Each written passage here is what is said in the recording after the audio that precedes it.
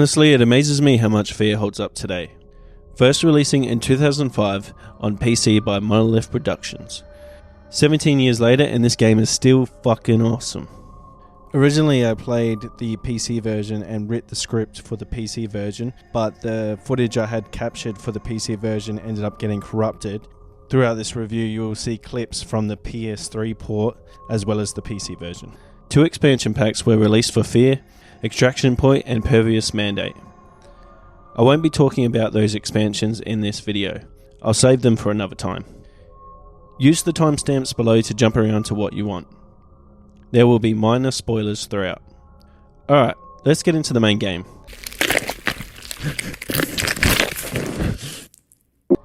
F.E.A.R is a very interesting concept. Basically, you are playing a FPS game with intelligent AI, having full-on realistic gunfights throughout. But in between all the chaos, you have horror elements sprinkled in too. You sometimes forget there's psychological horror elements in this game because you are having so much fun turning people into ragdolls. But that's what they want, for you to let your guard down, and then they hit you with the scares, which I think makes them way more impactful. Normally you are in the comfort zone of the game being a shooter. In saying that, I don't think this game is that scary. It definitely has moments of feeling tense, but a lot of the scares you can easily miss if you are not paying attention, since most of them are scripted, while you have full control. Now before I get ahead of myself, what is the story of F.E.A.R all about? Well, you play Point Man, a new recruit in the unit F.E.A.R, First Encounter Assault Recon, an elite crew in the United States Army which specializes in supernatural beings. They are called out to investigate reports of a powerful psychic causing havoc. The story focuses around a company which from the surface is innocent, but once you dive deeper you'll find all the dirty secrets. Very much a Resident Evil Umbrella kind of situation. The company were attempting to develop a unit of telepathically controlled clone soldiers and F.E.A.R was their commander. F.E.A.R takes control of the clone-made soldiers, using them to advance, leaving a trail of bodies. You see all this from the opening scenes, and the company is detailed as you go through the game as well. Those scenes do a great job to set up the tone of the game. There's a Dark Horse comic that was made and packaged with the director's edition of the game. The comic basically goes into more details with that opening scene. Not a bad comic to give more insight on those events. Quick read too. As you follow the breadcrumbs, you are also followed by an evil spirit in the form of a young girl. Her name is Alma, and she is basically the glue to the whole story of F.E.A.R. It's crazy the shit you find out she went through, as well as how F.E.A.R and even you connect to her, which you see her do some pretty crazy shit. She'll be explained as the story goes on too. You'll be fed information as you go on, whether it's through the hallucinations, which are pretty great. Some of the best scares are in those hallucinations, all based around traumatic events with Alma. She may be killing people left and right in this game, but it does make sense how she went down that path once you know. Plus you'll hallucinate F.E.A.R. He'll paint a big picture for you as you go on as well, telling you why he is doing what he is doing. One thing I really liked was the phone messages left throughout. They add to the overall world building and some have important information connected to the plot. Overall, it's a good story. You can get a little lost in what's happening since the information is pretty spread out throughout the 8-hour campaign, but once you piece it all together, it's all pretty interesting stuff. Though the main thing that will keep people on the game is the gameplay.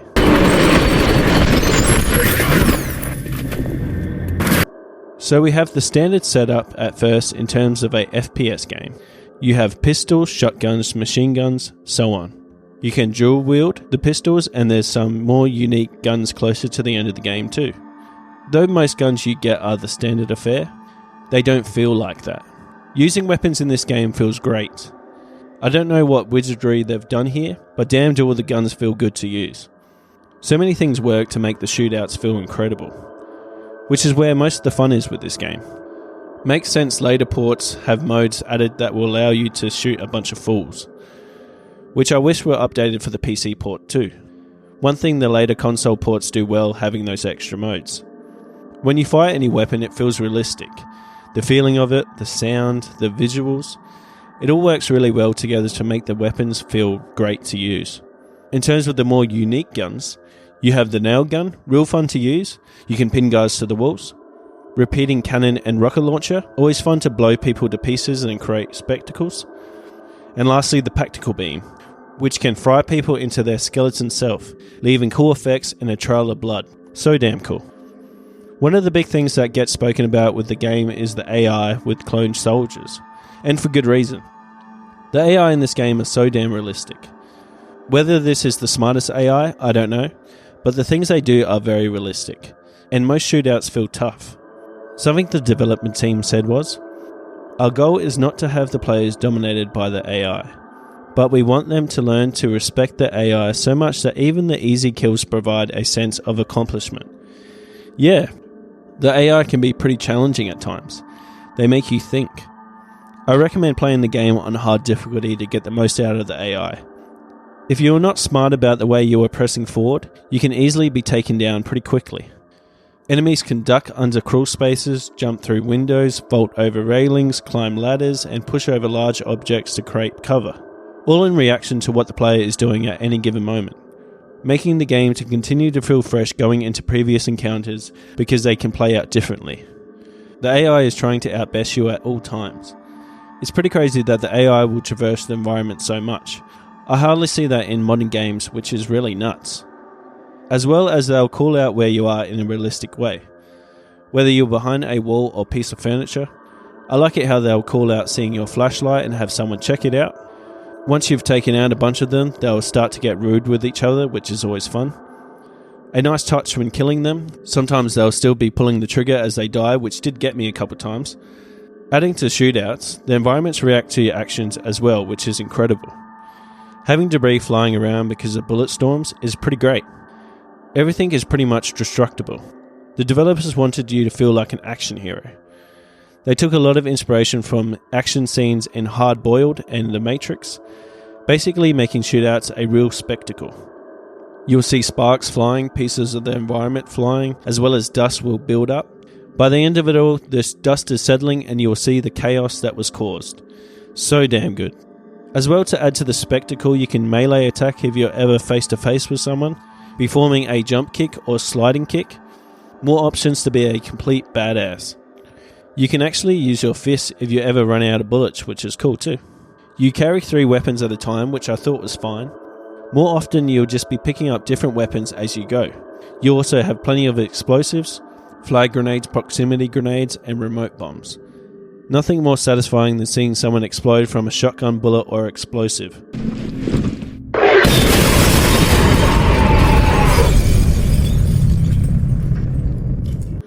Using your reflex time while everything exploding is a beautiful thing. Speaking of the reflex time, it's an ability which slows down the game world while still allowing you to aim and react at normal speeds. A page out of Max Payne's book. You get a real Matrix feel with it, seeing bullets fly past you, all while you load bullets into people. It's fantastic. What is he doing? He's beginning to believe.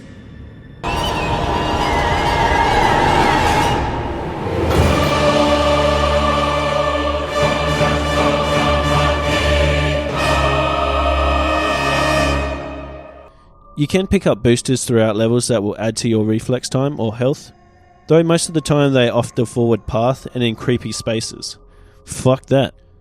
The horror in F.E.A.R is very subtle but effective.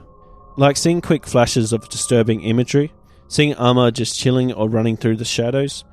None of it is in your face, like having a monster with a loud noise attached happen all the time. It's all very low impact, but it does it enough to get under your skin. Most of the time you'll be thinking something is about to happen, but most of the time nothing happens. The game plays with your expectations a lot. I think the overall atmosphere is done pretty great here. The use of lighting and shadows is really good. The whole game has a real moody tone to it. Well, besides seeing this weirdo. Don't shoot! My name is Norton Mapes. I'm an engineer. Shit, it's a civilian. Near the end of the game, you'll mainly be facing these naked flying ghost dudes. They do get a bit repetitive quickly. There's no unique design to them. You'll have them pop up in hallucinations, but they are just boring enemies to fight and they are definitely overplayed by the end of the game. You'll also fight these guys that can go invisible. They are fast fuckers. You gotta use your reflex time to get the better of them. Made me jump when I first seen one since they pop up in your face. Which was great because it wasn't in a scripted way either, they just turned up. You seen them within gameplay which made it more tense. That goes for most encounters in the game. I love that.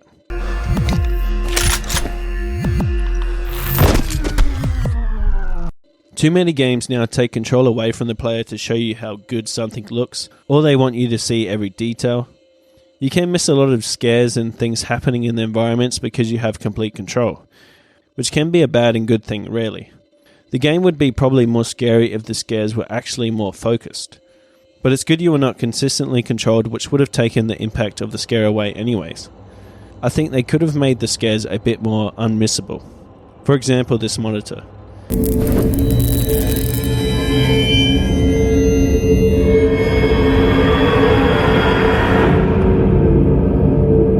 Awesome.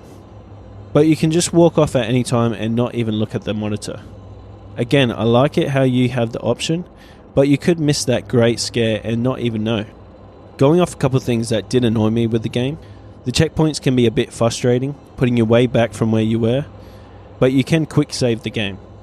I recommend doing that after big fights, because there's nothing worse than going through a real tough fight, only to after have one jackass jump you and set you back to do it all again. A section in the labs you'll have a bunch of turrets in the ceiling that pop out, which I find them to be annoying more than anything. They soak up so many bullets and they take health on you so quickly. Plus there's lots of them. So I find myself just trying to run past while using a bunch of my health packs.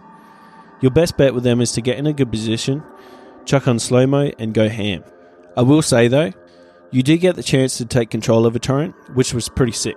I found throughout the campaign there was way too many health packs in the environments. I was never short on healing items. If I died, it was just me not paying attention to my health. And the damn rechargeable flashlight. I will say, though I did find the flashlight to get annoying sometimes having to turn it on repeatedly, it would add to the spook factor going down long dark areas having to keep turning on your flashlight. The game can be pretty dark overall. Sometimes I feel too dark. But damn does this game still look good. Especially the lighting. The overall game still looks pretty good with the environments and how everything reacts in the environments. The only thing that looks dated to me is the character models on some of the story characters. Which is fair enough. This game is as old as your pickup lines. I'll have to ask my accountant about that. I will say the environments can get a bit boring after a while. You'll feel like you are circling through the same environments a lot, having just standard office buildings and factories. Because of that, it's pretty easy to get lost. You don't have a map, and plus the game doesn't point you in the right direction either. Which I do most of the time like. Personally, I think too many games now hold your hand too much. But if I've been running around the environments for a while not progressing, a hint or map would be useful. The environments can be pretty same, so it's easy to get lost. Adding to the atmosphere of the environments, the overall soundscape is pretty great. Little things like hearing footsteps from armor or voices, environmental sounds, all great. The music is pretty good as well. You feel pumped when it picks up in a large gunfight, and it has a nice intense feeling when it's quiet. I love it though that you can traverse the environments. Makes me miss the old school style of design, basically Half-Life, where you can jump on anything and not have invisible walls taking you out of the game.